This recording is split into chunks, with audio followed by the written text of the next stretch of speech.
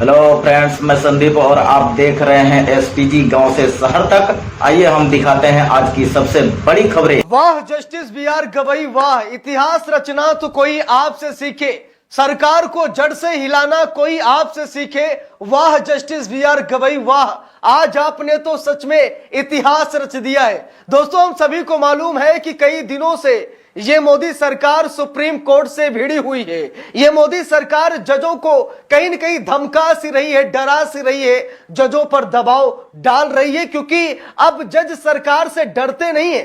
अब justice B R. Gavai सीधा सरकार की गलत नीतियों का खुले मंच से विरोध करते हैं और यह बात सरकार को पसंद नहीं आ रही है। लेकिन आज जस्टिस बी.आर. गवई ने जो ऐतिहासिक फैसला लिया है ना दोस्तों, आज हम सभी को जरूर देखना चाहिए और बड़े गर्व से कहना चाहिए कि देश को एक अच्छा जज मिला है जो सरकार से बिना डरे फैसला सुनाने की औकात रखता है। दोस्तों, सीजीआई बनने से पहले ही जस्टिस बी.आर. गवई ने जो कहा था वो उन्होंने करके दिखा दिया है। उन्होंने कहा था, ना मैं किसी से डरता हूं, ना मैं बिकने वाला हूं, ना मैं झुकने वाला हूं। अगर मैं सीजीआई बना हूं तो किसी राजनीतिक दल की नहीं, बल्कि मैं संविधान की सेवा करने के लिए सीजीआई बना हूं। और आज दोस्तों जस्टिस बी.आर. गवई का ऐतिहासिक फैसला देख लीजिए। हम सभी को मालूम है कि जब से सुप्रीम कोर्ट ने राष्ट्रपति और राज्यपाल को समय सीमा से बांध दिया, तब से ये मोदी सरकार तिलमिलाई है, क्योंकि इस मोदी सरकार की बढ़िया राजनीति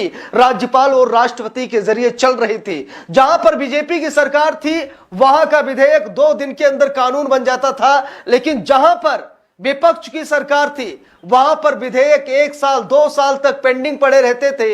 यहां तक कि एक बार नहीं बल्कि 2-2 बार विधानसभाओं से विधेयक पास कराए जाते थे, लेकिन राज्यपाल और राष्ट्रपति शायद सरकार के दबाव में आकर के विधेयक पर हस्ताक्षर तक नहीं करते थे। सुप्रीम कोर्ट ने 3 महीने का समय सीमा में इन दोनों लोगों को बांध दिया है। राज्यपाल को 1 महीने के अंदर किसी विधेयक पर निर्णय लेना होगा और राष्ट्रपति को 3 महीने के अंदर। यह बात सरकार को रास नहीं आई। सरकार आज भी न्यायपालिका से लड़ाई लड़ रही है। सरकार इसे न्यायपालिका का मनमाना फैसला बता रही है। मोदी सरकार ने कहा कि न्यायपालिका असंवैधानिक कृत्य कर रही है। संविधान में कहीं नहीं लिखा है कि राष्ट्रपति और राज्यपाल को आदेश दिया जाए, लेकिन जस्टिस बी.आर. गवई कह रहे हैं कि संविधान ने यह ताकत न्यायपालिका को दी है कि राष्ट्रपति और राज्यपाल पर भी आदेश जारी किए जा सकते हैं, क्योंकि सर्वोच्च सिर्फ संविधान है, राष्ट्रपति नहीं, राज्यपाल नहीं, प्रधानमंत्री नहीं, गृह मंत्री नहीं।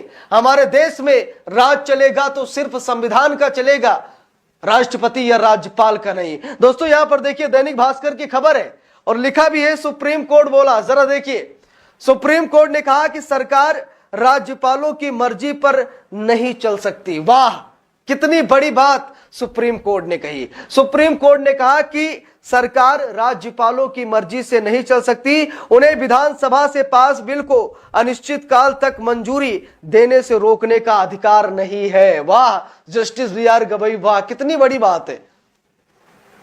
राज्यपाल और राष्ट्रपति ये देश की राजनीति में इनकी बहुत बड़ी भूमिका होती है। ये पर्दे के पीछे के खिलाड़ी हैं और बहुत बड़ा खेल खेलते हैं। यानी कि एक राज्य का राज्यपाल वहां की सरकार को तबाह कर सकता है, वहां की सरकार को बहुत आगे ले जा सकता है। देश में राष्ट्रपति का यही किरदार होता है। ये लोग बहुत बड़ी राजनीति करते हैं और इन्हीं के जरिए मोदी सरकार बहुत बड़ा खेल खेलती थी। लेकिन अब सुप्रीम कोर्ट ने क्या कहा कि सरकार राज्यपालों की मर्जी पर नहीं चल सकती। अभी तक दोस्तों होता क्या था, राज्यपाल का चयन भले ही राष्ट्रपति करती हो, लेकिन राष्ट्रपति का चयन कौन करता है? इनडायरेक्टली देखिए तो कहीं ना कहीं प्रधानमंत्री इन सभी चीजों में इन्वॉल्व होता है। इनडायरेक्टली प्रधानमंत्री इन्वॉल्व होता है। कौन राज्यपाल बनेगा, कौन राष्ट्रपति बनेगा, पार्टी की भूमिका अहम होती है दोस्तों। और हम सभी को मालूम है कि देश में जितने भी राज्यपाल हैं वो किसके अधीन है, कैसे हैं, शायद मुझे बताने की जरूरत नहीं है। कहीं ना कहीं सरकार का दबाव उन पर पड़ता है और उन्हें झेलना भी पड़ता है। अब यहां पर दोस्तों बात यह है कि सुप्रीम कोर्ट ने कहा कि किसी भी राज्य का राज्यपाल क्यों ना हो, सरकार राज्यपालों की मर्जी से नहीं चल सकती। जो राज्यपाल कहेंगे सरकार जरूरी नहीं कि वही करे। उन्हें विधानसभा से पास बिल को अनिश्चित काल तक मंजूरी देने से रोकने का अधिकार नहीं है। देखिए यहां पर लिखा है, सुप्रीम कोर्ट ने बुधवार को कहा कि निर्वाचित सरकारें राज्यपालों की मर्जी से नहीं चल सकती। अगर कोई बिल राज्य की विधानसभा से पास होकर दूसरी बार राज्यपाल के पास आता है तो राज्यपाल उसे राष्ट्रपति के पास नहीं भेज सकते। बिल्कुल सही बात है। अगर राज्यपाल के पास पहली बार कोई विधेयक गया, राज्यपाल को लगा कि इस विधेयक में ये ऐसा नहीं होना चाहिए, अगर दोबारा फिर से वो विधेयक पास हो गया तो राज्यपाल को उस विधेयक को कानून बनाना पड़ेगा, मंजूरी देनी पड़ेगी। ऐसा नहीं होगा कि दोबारा जब ये पास हुआ है तो इसे राष्ट्रपति के पास भेज दिया जाए। देखिए यहां पर लिखा भी है, संविधान के अनुच्छेद 200 के तहत राज्यपाल के पास 4 विकल्प होते हैं: बिल को मंजूरी देना, मंजूरी रोकना, राष्ट्रपति के पास भेजना या विधानसभा को पुनर्विचार के लिए लौटाना। लेकिन अगर विधानसभा दोबारा वही बिल पास करके भेजती है तो राज्यपाल को उसे मंजूरी देनी होगी। सीजेआई वीआर गवई की अध्यक्षता वाली 5 जजों की बेंच ने कहा कि अगर राज्यपाल बिना पुनर्विचार के ही मंजूरी रोकते हैं तो इससे चुनी हुई सरकारें राज्यपाल की मर्जी पर निर्भर हो जाएंगी। कोर्ट ने कहा कि राज्यपाल को यह अधिकार नहीं है कि वो अनिश्चित काल तक मंजूरी रोक कर रखें। बेंच में सीजेआई के अलावा जस्टिस सूर्यकांत विक्रमनाथ, पी.एस. नरसिम्हा और ए.एस. चंदुरकर शामिल हैं। 5 जजों वाली बेंच गुरुवार को लगातार तीसरे दिन भारत के राज्यपाल और राष्ट्रपति की तरफ से बिल को मंजूरी, रोक या रिजर्वेशन मामले की सुनवाई कर रही है। सुप्रीम कोर्ट ने साफ साफ कहा कि अगर राज्यपाल पुनर्विचार के लिए संविधान को बिल भेजते हैं, विधानसभा को, माफी चाहूंगा, अगर राज्यपाल पुनर्विचार के लिए विधानसभा को बिल भेजते हैं तो फिर मंजूरी रोकने या राष्ट्रपति के पास भेजने का विकल्प खत्म हो जाता है। बहुत अच्छी बात है दोस्तों, ऐसा ही होना चाहिए। सुप्रीम कोर्ट जो कर रहा है बिल्कुल सही कर रहा है। अब यहां पर मोदी सरकार ने क्या कहा? मोदी सरकार ने कहा कि राज्यपाल को पोस्टमैन नहीं बनाया जा सकता। राज्यपाल को पोस्टमैन नहीं बनाया जा सकता, मोदी सरकार कह रही है।